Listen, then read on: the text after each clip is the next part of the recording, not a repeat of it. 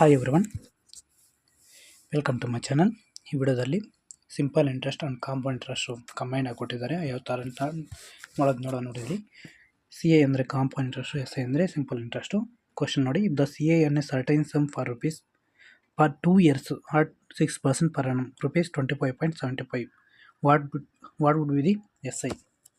Simple interest find out ಮಾಡಬೇಕು. Compound interest 2 yearsಗೆ 6% per annum, ₹25.75. ನೋಡಿ, ಕಾಂಪೌಂಡ್ ಇಂಟ್ರೆಸ್ಟ್ ಫಾರ್ಮುಲಾ ಒಂದೈತೆ.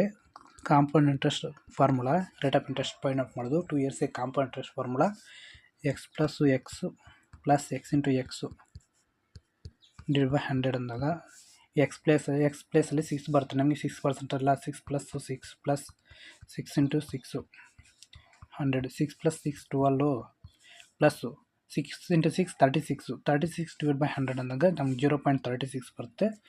ಪಾಯಿಂಟು ಪ್ಲಸ್ 0.36 ಅಂದಾಗ 12.36 compound interest rate of interest.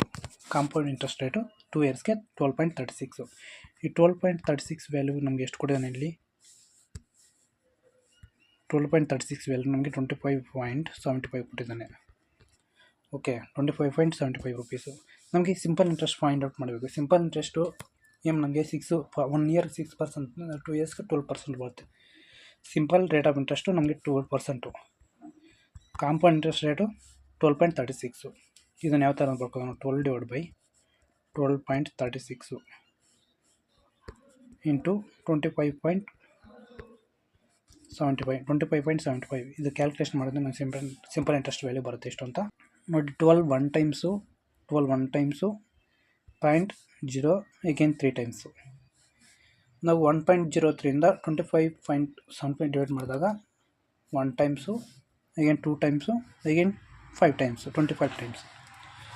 Okay, 25 ಬಂತು. ನಮಗೆ ಎಸ್ ಐ ವ್ಯಾಲ್ಯೂ ಎಷ್ಟು ಬಂತು? 25 ರುಪೀಸು.